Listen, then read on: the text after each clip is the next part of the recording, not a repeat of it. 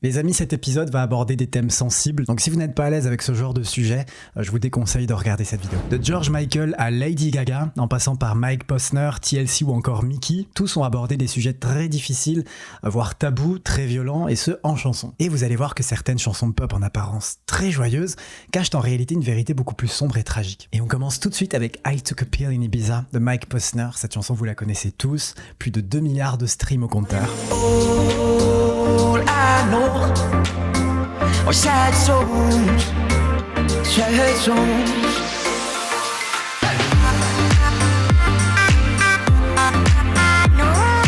Énorme tube mondial sur lequel on a tous dansé, mais sans vraiment l'avoir écouté finalement. Parce qu'au-delà de l'aspect très entraînant de la chanson et de son beat très électro, cette chanson elle cache en réalité une vérité bien plus sombre qu'on l'imagine, puisqu'il raconte la pire période de sa vie et surtout sa descente aux enfers. Et ça commence dès la première phrase.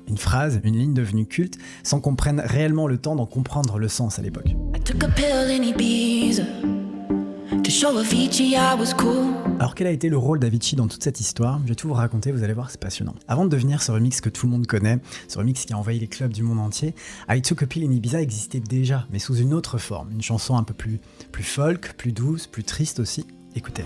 All I know are sad songs, sad songs. Ce titre, il sort en 2015, soit 5 ans après son immense tube Cooler Than Me. If I could write you a song to make you fall in love. Et c'est important de le rappeler, puisque entre 2010, date de sortie de Cooler Than Me, et 2015, date de sortie de I Took a Pill in Ibiza, eh bien Mike Posner, il traverse une période beaucoup plus chaotique qu'on imagine. Après le succès fulgurant de Cooler Than Me, il sort son premier album qui est accueilli de manière assez mitigée par la critique. Bon, il finira tout de même certifié platine aux États-Unis en 2022. Mais voilà, dans plusieurs interviews, il explique que le succès de Cooler Than Me ne lui a pas apporté le bonheur attendu. That's just what happens when I put out songs. Like, it's my first single and it's big, you know, and I'm like touring around the world, taking my shirt off at shows, making more money than I deserve. And then strange thing happened. I put out another song after that and it like wasn't really a hit. And then the next one after that sort of like was even less of a hit. And this trend sort of just continued until my career was considered all the way over. Dans cet article de The Guardian, il confie que la célébrité l'a rendu tout simplement malheureux et que ça l'a poussé à s'éloigner de la pop mainstream et de l'image qu'il s'était façonnée à l'époque. Et donc il va se retirer progressivement de l'industrie musicale, il va quitter Los Angeles et il va devenir songwriter pour d'autres artistes, c'est-à-dire qu'il va écrire des chansons mais pour d'autres artistes, pas pour lui-même. On lui doit Boyfriend de Justin Bieber, mais également Sugar de Maroon 5, là aussi un énorme tube mondial. Donc pendant plusieurs années, Mike Posner il ne sort pas d'album. Les projets sont soit bloqués, abandonnés ou alors avortés. Il traverse une période chaotique, il a juste envie de se changer les idées, et c'est là qu'un ami va lui tendre la main. Cet ami, ce n'est autre que Avicii, et donc il invite Mike Posner à venir le voir jouer à Ibiza. Ibiza, c'est le soleil, c'est la fête, c'est les vacances. Tout le monde semble heureux, mais Mike Posner, lui, quand il arrive là-bas, il ne l'est pas du tout. And I got to Ibiza and I was alone. And I was staying at this hotel where all these people were on, I don't know, their version of spring break or whatever, they're drinking. And it was like the saddest thing ever. I was just there alone, like, look at all these people having fun. And the next day, Tim Avicii came, he played the show, and I was in the crowd. Il est en train de regarder son pote Avicii mixer devant des milliers de personnes dans la boîte, et Mike Posner, il n'est pas sur scène, il est dans la foule avec les autres. Et là, il se dit dans sa tête, en regardant son pote jouer, ça aurait pu être moi en fait. And I'm looking at him on the stage, and I was thinking, like, man, like, I fucked this up, man. Like, that used to be me. I wish it was still me, and it's not. D'ailleurs, il le dit lui-même en interview. À ce moment-là, il était jaloux.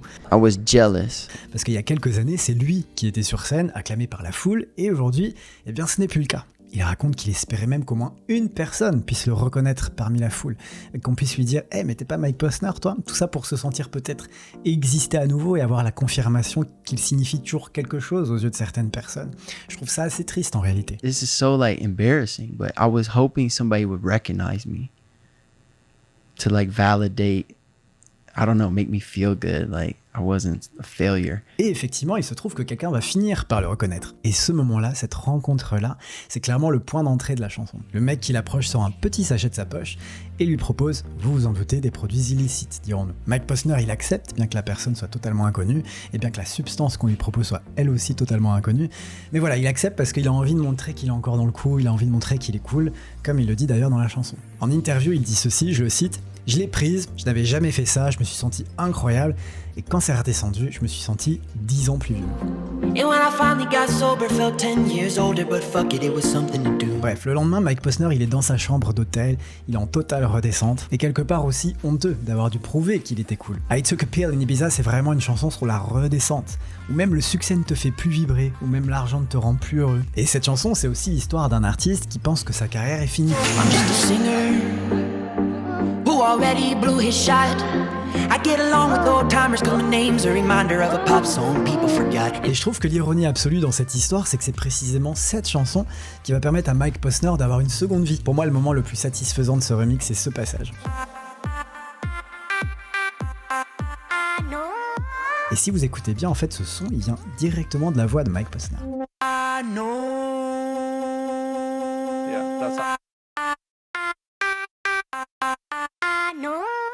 Bref, je trouve que l'histoire de cette chanson elle est dingue, et j'aime aussi le fait que Mike Posner se soit montré aussi vulnérable et aussi sincère en interview, parce que en réalité avouer ce genre de choses, dire qu'on a pu être envieux et jaloux du succès d'un autre, de son propre ami en réalité, ça doit pas être simple, et je pense qu'il a dû baisser la garde et faire preuve d'humilité, donc j'apprécie beaucoup ça chez lui. Quant au duo Sip qui ont remixé la chanson, en fait j'adore qu'ils aient pris une chanson déchirante pour en faire un banger pour les clubs.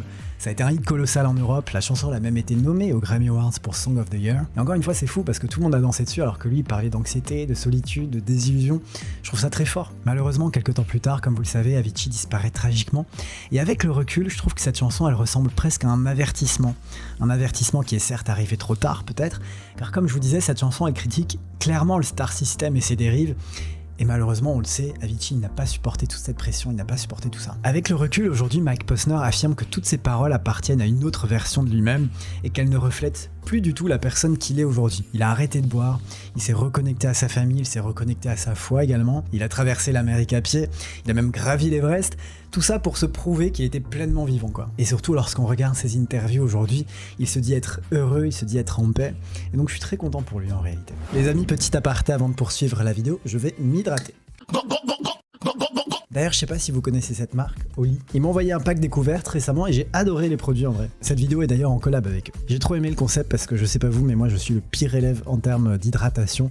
Alors je sais qu'il faut boire 1,5 litre à 2 litres d'eau par jour, j'espère que vous le faites, mais personnellement j'ai du mal. Et je vous avoue que ça m'arrive parfois de zapper ce geste très simple et pourtant tellement important. Du coup, je vous explique le concept de Oli. Leur but il est simple, c'est de révolutionner les soft drinks et de te proposer une alternative aux boissons classiques du quotidien. Je vous montre. Tu prends de l'eau, bon ça techniquement vous en avez tous chez vous, en tout cas j'espère. Tu choisis ta saveur et tu ajoutes le sachet, ou alors comme moi tu prends directement dans le pot, tu shakes. Personnellement j'ajoute quelques glaçons. En vrai ils ont plein de goûts différents, je vous invite à regarder le site. Moi mon parfum préféré il est dans la gamme hydratation, c'est lui.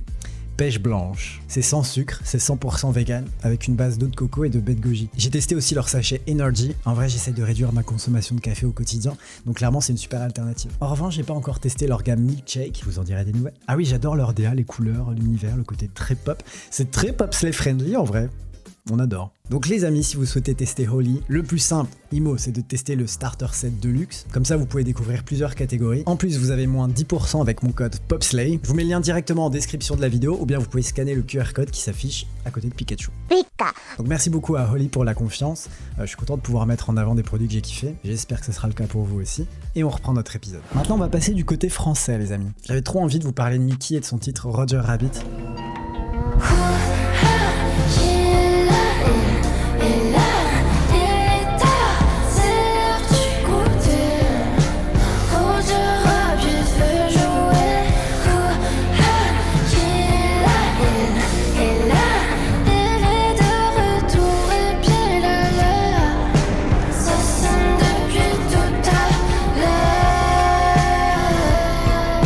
eu un coup de cœur immédiat pour cette chanson lorsqu'elle est sortie.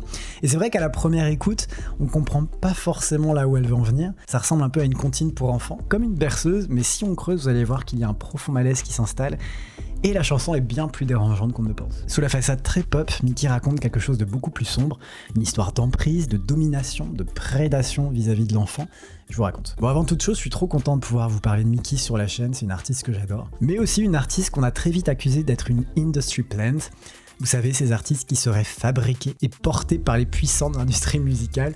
Et j'adore le fait qu'elle ait choisi de retourner l'accusation en intitulant son premier album Industry Plant. Je trouve ça très cool de retourner le stigmate et d'en faire un manifeste parce que il y a toujours un côté espiègle chez Mickey et ça lui va très bien. Bon, dans cet album, vous y retrouverez des formes très pop, très accessibles, mais c'est jamais gratuit. Tout ça sert à chaque fois de véhicule à des thèmes beaucoup plus deep et parfois profondément sombres. Et ce que j'aime beaucoup chez Mickey, c'est qu'il y a beaucoup de légèreté et encore une fois, c'est jamais gratuit. En fait, j'aime trop sa manière d'explorer cette frontière entre le naïf et le malsain. C'est aussi une chanson qui peut mettre mal à l'aise. Et dans cet album, la chanson Roger Rabbit dont on va parler, c'est sans doute le morceau le plus inconfortable. Ça parle de la manière dont la société protège mal les enfants, dont les figures de confiance, les adultes, peuvent aussi devenir des angles morts, et dont l'innocence elle-même peut être instrumentalisée. Bon, encore une fois, les paroles sont très particulières, je vous invite à l'écouter, parce que bien qu'elles puissent déstabiliser, on a quand même cette impression qu'il s'agit d'une comptine, quoi.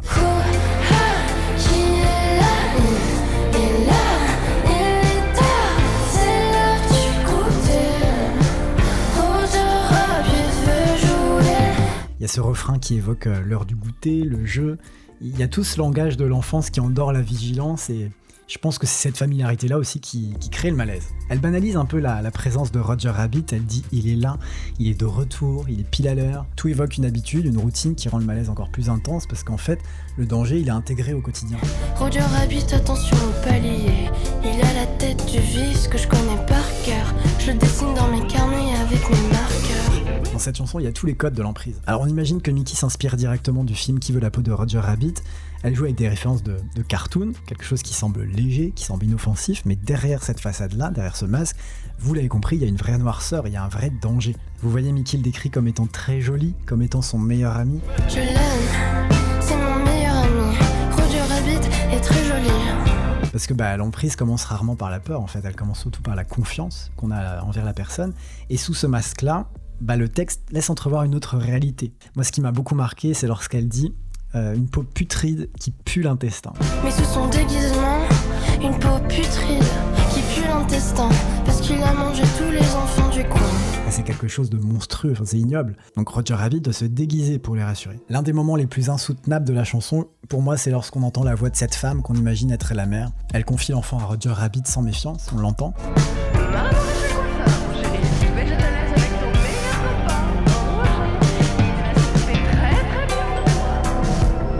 Là, c'est la figure adulte qui ne voit rien, une figure qui est censée nous protéger ou qui décide de ne rien voir. Et je me rappelle aussi, lors de ma première écoute, je me suis dit, mais est-ce qu'elle parle de ça ? Est-ce que vraiment il est question de ce sujet-là ? Et en fait, on a la réponse à la fin de la chanson, puisque les paroles deviennent explicitement sexuelles. Tes petits pieds dépassent, je vais les attraper. Fais pas comme la dernière fois, débat-toi. Ça m'excite quand tu ne fais pas de moi. Ce qui était présenté comme un jeu se révèle pour ce qu'il est réellement, c'est-à-dire une prédation, une violence exercée sur un corps qui n'a pas les mots ni les moyens de s'en extraire. Puis après, on comprend que Roger Rabbit, il disparaît, mais il ne s'efface pas réellement de la mémoire de la personne. Elle dit ceci dans la chanson, « Il a disparu lorsque j'avais 14 ans. » Il y a des jours où je repense à Roger. Il a disparu quand j'avais 14 ans. Plus de marchands de sable, plus de costards cravates. Fini l'heure inavouable. Je sais plus s'il me manque ou si je préférerais crever. En attendant, je vais maquiller, reviens Roger. Je sais plus s'il me manque ou si je préférais crever. En attendant, je vais me maquiller. Reviens Roger.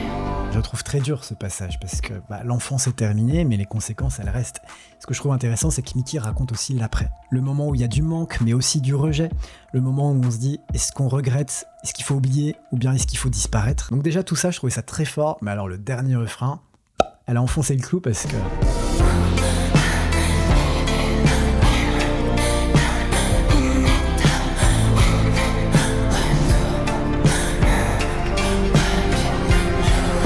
Ce dernier refrain, il est particulier puisqu'on n'entend pas forcément la voix de Mickey, elle ne chante pas réellement.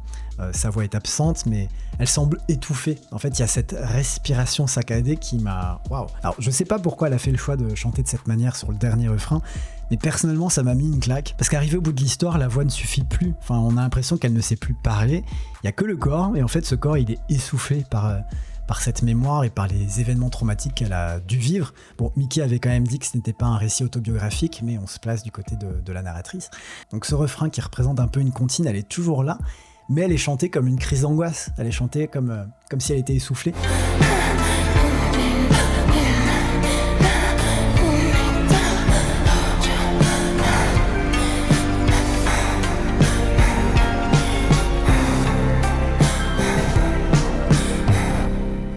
Très très fort. C'est très très fort. Même lorsque l'enfance est terminée, l'impact ne s'efface pas. Il est inscrit dans le corps. Donc j'étais aussi très curieux de voir la réaction de ses auditeurs. Je suis allé regarder un peu les commentaires. Alors, beaucoup racontent n'avoir pas compris immédiatement. Les fans parlent d'un morceau difficile à écouter, glaçant, inconfortable, malaisant, mais aussi nécessaire. Je pense que c'est clairement l'objectif de cette chanson. Donc bravo à Mickey pour ce titre. J'imagine qu'il a dû être clivant pour beaucoup. Je ne sais pas si elle va l'exploiter en tant que single, mais vraiment, je la trouve très très forte, cette chanson. C'est pas facile d'évoquer un tel sujet, surtout dans une chanson pop joyeuse comme ça. Mickey l'a fait, donc bravo Mickey, allez streamer Industry Plan. Allez, on continue avec une autre chanson que j'adore, elle s'appelle Waterfalls de TLC. Si vous êtes des années 90, je pense que vous avez la ref.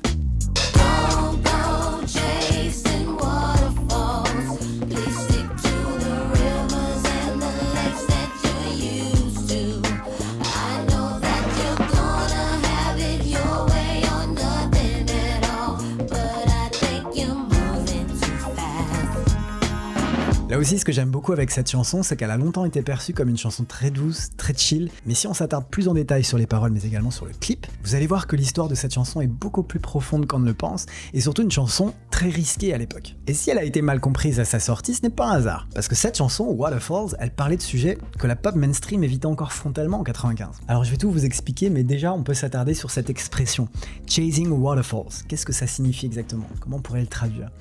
À la poursuite des chutes d'eau, peut-être. Bon, c'est un peu littéral, mais en gros, c'est une métaphore de l'autodestruction. L'une des membres du groupe l'avait très bien expliqué en interview, je la cite, « Anything that's self-destructive, that's chasing a waterfall ». En gros, tout ce qui est autodestructeur, c'est courir après une illusion, c'est vouloir quelque chose qui finit par nous détruire. C'est avoir ce désir immédiat, mais sans prendre en compte les conséquences qu'il peut y avoir derrière. Quand on parle d'une rivière ou d'un lac, c'est assez paisible, c'est doux, c'est assez safe, mais quand on parle d'une chute d'eau, la chute d'eau, elle peut être violente et surtout, elle peut être irréversible. Et ce que je trouve trop intéressant dans Waterfalls, c'est qu'il y a deux histoires dans une même chanson.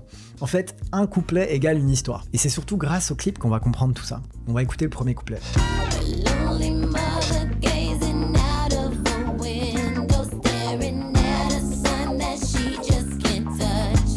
Donc là, on a l'histoire d'une mère qui semble isolée, qui regarde à sa fenêtre. Elle regarde son fils, mais il y a déjà une certaine distance. Elle peut pas vraiment le protéger. Elle anticipe même la mort de son propre fils, car bientôt, elle ne pourra littéralement plus le toucher. Vous allez comprendre avec la suite.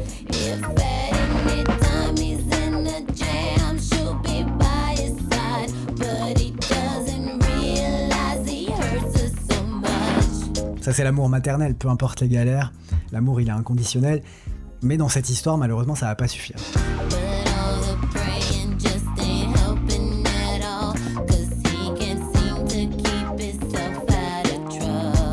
Ici, on comprend que rien ne peut empêcher le libre arbitre, pas même la prière. C'est-à-dire qu'on ne sauve pas quelqu'un contre son gré, contre sa volonté, quoi. Ici, on comprend que le fils, il a des ennuis en permanence. Il traîne dans des combines qui sont peu claires et qui peuvent être violentes. Et donc, du coup, sa mère, elle s'inquiète beaucoup. Elle prie, elle espère. Mais son fils, il continue à se mettre en danger. Il chase the waterfall.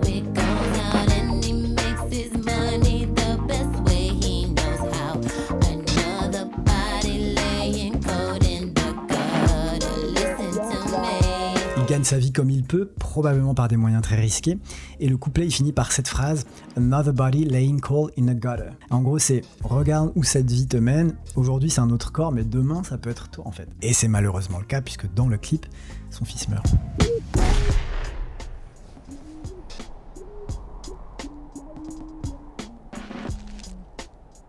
La La deuxième histoire dans cette chanson, dans le deuxième couplet, elle est totalement différente et on le comprend grâce au clip puisqu'on a cette impression qu'on voyage dans un tout autre espace-temps et on se retrouve avec deux nouveaux protagonistes, mais vous allez voir que la logique est la même. Le deuxième couplet est sans doute plus fort puisqu'il aborde le VIH. Alors attention, ce n'est pas la maladie qui est diabolisée, mais plutôt l'inconscience face au moment, quand le désir prend le dessus sur la protection. On va écouter ça et je vous explique.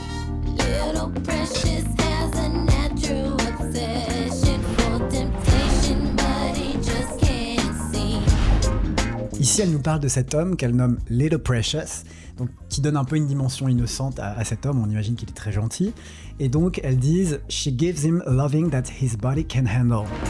She gives him loving that his body can handle, but all he can say is baby is good to me. Elle lui donne un amour que son corps ne peut pas supporter. En gros, le corps ne peut pas gérer ça, il ne peut pas gérer ce qu'on lui inflige. Ici, il est question de relations intimes non protégées, potentiellement accompagnées de maladies sexuellement transmissibles, et on le voit dans le clip. La fille lui retire le préservatif de la main, ce qui ne sera pas sans conséquence.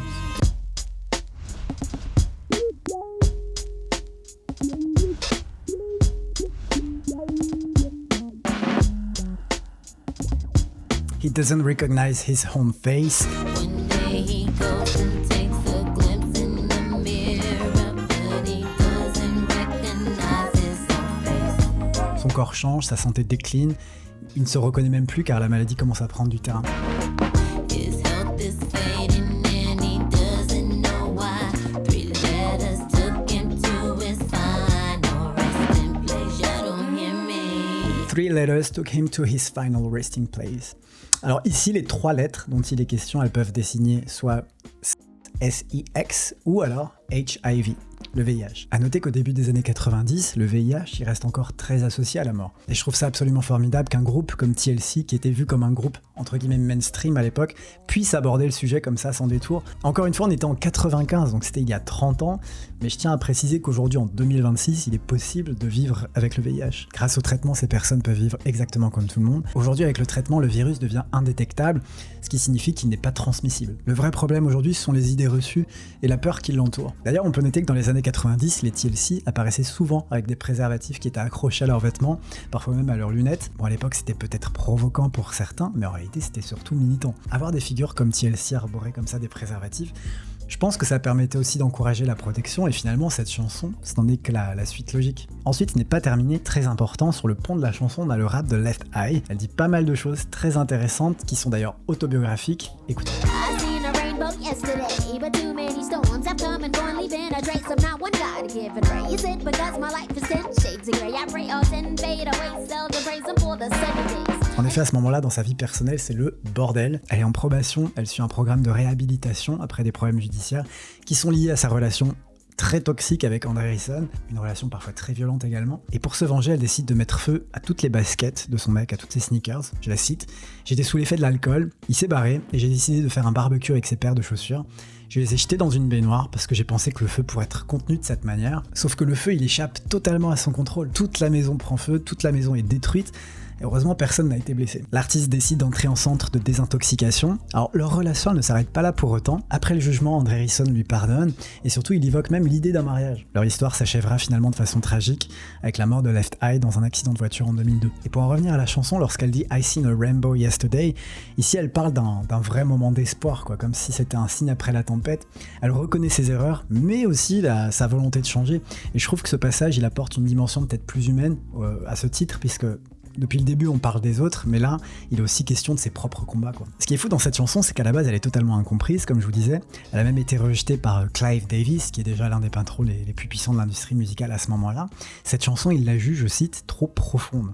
Et donc c'est vraiment le clip qui va tout changer, parce que là, la chanson, elle devient visuellement explicite. L'impact de cette chanson, il est tel qu'il va jusqu'à sauver des vies, comme en témoigne ce fan qui avait confié à l'une des membres du groupe, qui n'avait pas mis fin à ses jours grâce à cette chanson. Quand je vous dis que la pop peut sauver des vies, c'est pas du blabla, hein. Cette chanson, je la trouve tellement belle et tellement importante aussi. Maintenant, les amis, on va parler d'une chanson de Miss Gaga.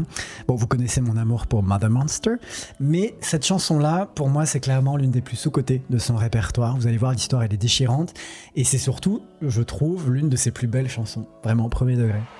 I confess I am lost in the age of the social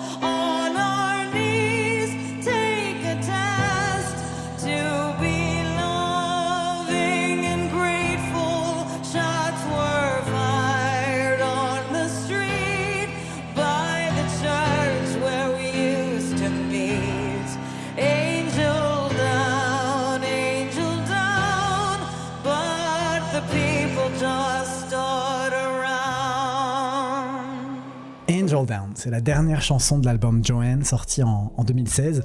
Alors je sais que certains d'entre vous ne portent pas forcément cet album dans leur cœur, mais toujours est-il que selon moi, c'est son album qui vieillit le mieux. La question qui est soulevée dans cette chanson, c'est pourquoi, face à l'injustice, il y a tant de gens qui restent immobiles, et c'est une chanson qui regarde l'Amérique droit dans les yeux. Je vais vous expliquer. Pour comprendre la tragédie qui se cache derrière cette chanson, il faut remonter au 26 février 2012 en Floride. Ce jour-là, Trayvon Martin, un adolescent afro-américain de 17 ans, est tué par balle. Il rentrait chez son père à pied, il n'était pas armé, il avait juste un sweat à capuche. Et George Zimmerman, membre d'une patrouille de voisinage, l'a jugé suspect. Et donc une altercation a eu lieu, et George Zimmerman a tiré et il l'a tué. Et après le meurtre, George Zimmerman a été acquitté en 2013, invoquant la légitime défense. Bon, cette affaire, je sais pas si vous en souvenez, mais elle a quand même provoqué une indignation mondiale. C'est aussi devenu un des symboles des violences racistes et du profilage racial, c'est-à-dire de juger ou de traiter quelqu'un différemment à cause de ce qu'il représente plutôt que de ce qu'il a fait. Et c'est aussi une histoire qui a largement contribué à l'émergence du mouvement Black Lives Matter. Et donc Lady Gaga s'est inspirée de toute cette histoire pour écrire cette chanson, Angel Down. I'm a believer, it's a trial, foolish and weaker. Oh, I'd rather save an angel down. I'm a believer, it's chaos. Where are our leaders? Oh, I'd rather save an angel down. Dans Angel Down, Lady Gaga regarde le monde autour d'elle et elle réalise que l'indignation, elle se dissipait peu à peu et que le bruit médiatique, pareil, il s'étue au fur et à mesure. Elle fait le point des années après et elle réalise que rien n'a réellement changé et que l'ange dont il est question est toujours à terre. Elle l'expliquera d'ailleurs très bien à Zane Lowe. Écoutez. I wrote this song about Trayvon Martin and the epidemic of young African Americans being murdered in this country. I was overwhelmed by the fact that people just stood around and didn't do anything about it, and that the justice system continues to, over and over again, not seek justice for these families. How can I not say something? Right. How could I possibly make an album about twerking my ass in the club? Donc ce qui l'a bouleversé au-delà de la mort, c'est surtout l'inaction, c'est le fait que tout le monde ait vu ça et que pourtant collectivement, eh bien, on a continué à avancer comme si de rien n'était. Angel Down est comme ça lors des premières sessions d'album avec Red One. J'ai toujours été surpris que Red One ait participé à cette chanson puisque c'est à des années-lumière des projets qu'ils avaient pu faire ensemble des années auparavant. Et pour la première fois de sa carrière, Gaga clôture son album sur une note douloureuse. Toute la production, toute l'instrumentation de la chanson crée cette ambiance si particulière. Vous avez des cloches, il y a ces cordes que je trouve magnifiques.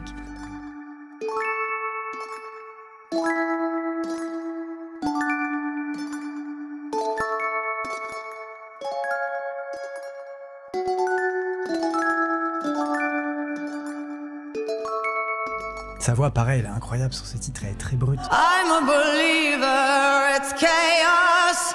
Where are our leaders? Oh, I'd rather save an angel now. Alors dans cette chanson, Trayvon Martin n'est jamais nommé explicitement, mais il est plutôt présenté comme cet ange qui est à terre pour rappeler son innocence. Et on pourrait se dire que c'est assez troublant de sortir cette chanson 4 ans après les faits, mais justement c'est parce que ça parle de ce moment où l'Amérique a déjà tourné la page et où d'autres noms ont déjà remplacé malheureusement celui de Trayvon Martin. Cette chanson elle sonne comme une prière finalement, déjà par son ambiance, avec les cloches, il y a aussi une référence à l'église. On sent qu'elle se replie en fait dans cette chanson, elle choisit le langage qui est celui de la foi, un langage qu'elle connaît bien, qui lui est familier puisqu'elle est croyante. Ouais, le langage du recueillement, et c'est pour ça que j'ai toujours eu l'impression que cette chanson était comme une prière finalement. Doesn't everyone belong in the arms of the sacred? Why do we pretend we're wrong? Has our young courage faded? Dès les premiers mots de la chanson, elle l'avoue comme si elle se confessait à quelqu'un. Elle est perdue dans l'âge du social, ce monde où on commande toute l'actualité sur les réseaux sociaux puis on passe à autre chose, on oublie. Les coups de feu qui résonnent, je cite, près de l'église où on se retrouvait. Shots were fired on the street by the church where we used to meet. Angel down, why do people just stand around? Ça aussi, c'est une image qui est très forte et qui est plein de contrastes, je trouve, parce que l'église est censée représenter l'amour, le pardon, et pourtant la violence elle est là juste à côté. Donc je pense que ce contraste-là, il est volontairement choquant, quoi. Et ce que j'aime beaucoup avec Angel Down, c'est qu'il y a beaucoup de colère dans cette chanson, et on sait que Gaga peut crier à gorge déployée et atteindre des notes très élevées, mais dans cette chanson justement elle choisit la retenue. Il y a de la colère mais il y a aussi beaucoup de retenue.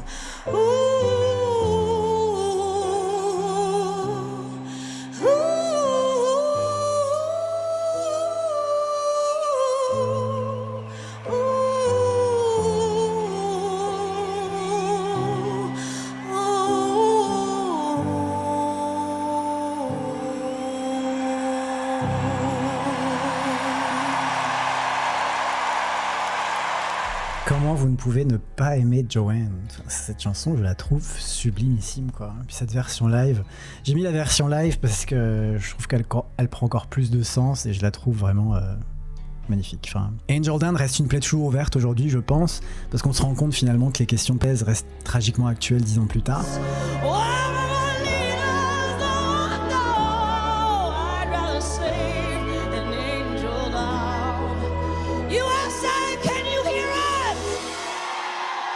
Franchement, pause up, mes petits monstres, j'adore cette chanson.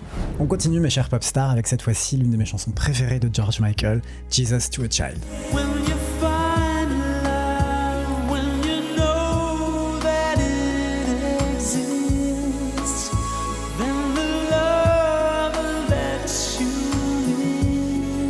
miss will come to you on those cold nights. Jesus to a Child sort en janvier 1996 et devient immédiatement numéro 1 dans pas mal de pays. À cette période-là, pour le public, c'est le grand retour de George Michael puisqu'il n'avait pas sorti de single solo en l'espace de 4 ans. Mais derrière ce succès mondial, vous allez voir que se cache une histoire que peu connaissent réellement, celle d'un deuil vécu dans le secret.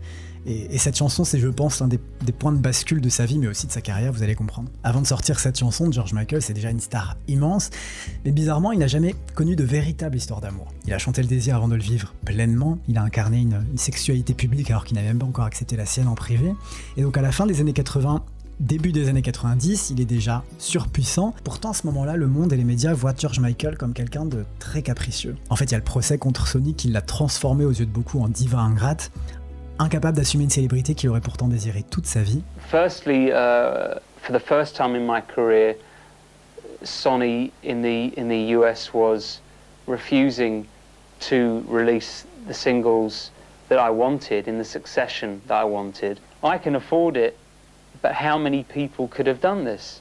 You know, how many artists can afford to throw away that much time and that much money to get their freedom? Dites-vous que même Frank Sinatra avait écrit une lettre pour donner son point de vue sur toute cette histoire, une lettre qui est désormais célèbre. Dans cette lettre, il lui reproche de se plaindre d'un destin que tant d'autres rêveraient de connaître. Mais ce que personne ne voit à ce moment-là, c'est que George Michael, en backstage, lui, il est en train de tomber amoureux pour la toute première fois. Et malheureusement, il doit le faire en privé, il doit le faire en silence. Septembre 91, George Michael est à Rio de Janeiro pour se produire à Rock in Rio. Et dans le public, il y a quelque chose qui le distrait. Il voit un visage, et là, il se passe quelque chose, il tombe amoureux. He was so cute. I was so distracted by him that I stayed away from that end of the stage for a while. Cet homme, il s'appelle Anselmo Felipa, il est brésilien, styliste, et il admire George Michael. Et lorsque le concert de George Michael est annoncé, il s'empresse d'acheter une place au premier rang, espérant croiser son regard. Chose qu'il a réussi à faire. Mais une fois que le concert est terminé, il ne rentre pas chez lui. Il se rend au Copacabana Palace Hotel, tout en sachant que George Michael y séjourne. Et bref, ils se croisent et là, c'est le coup de foudre. C'est une évidence, George Michael a alors 27 ans, il est célèbre depuis une décennie, et pourtant, là, il vit sa toute première relation sérieuse. Anselmo, c'est vraiment cet homme qui va aider George Michael à accepter son homosexualité. George Michael dira même plus tard, je cite, qu'il était très difficile d'être fier de sa sexualité tant qu'elle n'avait pas été source de joie, et Anselmo est cette source de joie. Cette relation, il la vit dans l'ombre, puisque George Michael n'a pas encore fait son coming out de manière publique, mais il commence peu à peu à accepter son homosexualité qui lui apporte enfin du bonheur. Fin de l'année 91, le soir du Nouvel An, Anselmo rejoint George Michael à Londres, il lui annonce qu'il est séropositif. Et en 91, comme je vous disais précédemment, les traitements n'étaient pas aussi avancés aujourd'hui et la peur elle est partout et surtout le VIH est encore associé à la mort. Donc pour George Michael, cette annonce c'est un choc absolu. Anselmo lui demande de garder le secret, de ne rien dire, ni à la presse, ni à la famille, ni même aux amis les plus proches et George Michael il accepte parce qu'il est complètement amoureux. En avril 92, un concert hommage est organisé au Wembley Stadium pour célébrer la mémoire de Freddie Mercury qui lui est décédé en Europe 91 et pour soutenir la lutte contre le VIH, contre le sida. George Michael rend alors hommage à l'une de ses idoles, cette idole qui est morte peur de la même maladie qui plane au-dessus de son histoire d'amour. George Michael reste, il accompagne Anselmo, il le soutient jour après jour pendant près de 2 ans. Et puis dans le même temps, comme je vous disais, George Michael il est toujours engagé dans sa guerre judiciaire contre Sony Music. Et le procès, il est méga long. Il y a vraiment 2 réalités parallèles qui coexistent à ce moment-là dans sa vie. Celle que tout le monde commente, donc le procès, etc. Et celle que personne voit en backstage. Anselmo finit par retourner au Brésil pour se faire soigner. Malheureusement, en 93, Anselmo meurt d'une hémorragie cérébrale liée à la maladie. Et George Michael n'est pas à ses côtés. Je trouve ça horrible parce que la perte est brutale et surtout, tu peux pas être près de la personne, quoi. 3 mois plus tard, George Michael perd son procès contre Sony. Donc en fait, en l'espace de quelques semaines, il perd l'homme de sa vie, qu'il aime, et surtout la bataille qui devait lui rendre sa liberté artistique. Il y a tout qui s'effondre en même temps. S'ensuit une période de dépression profonde, les médicaments, la drogue, jusqu'à 25 joints par jour. Et pendant 18 mois, George Michael, il est incapable de créer quoi que ce soit. Et puis un jour, il y a cette chanson qui surgit. Alors il est dit qu'elle a été écrite d'un bloc, d'un trait comme ça, en moins d'une heure. Cette chanson, vous l'avez compris, elle s'appelle Jesus to a Child. Une déclaration d'amour qui est un peu codée. En fait, elle parle d'un homme sans jamais utiliser les mots qui l'auraient trahi à une époque où il n'était pas encore prêt à s'exposer. Et le titre, Jesus to a Child, a évidemment une dimension très spirituelle. Kindness in your eyes, I guess. You heard me cry, you smiled at me like Jesus to a child. Mais finalement, c'est plus que... ça va au-delà de la religion en fait. L'amour qu'il a vécu avec Anselmo, elle est racontée comme quelque chose de rare et de presque sacré. Pas juste une histoire sentimentale, mais vraiment une rencontre qui te transforme et qui te sauve. Et c'est plutôt dans ce sens-là qu'il exploite ce titre, Jesus to a Child. Quand il chante Heaven Sent and Heaven Stole, I'm blessed, I know heaven sent, heaven stole.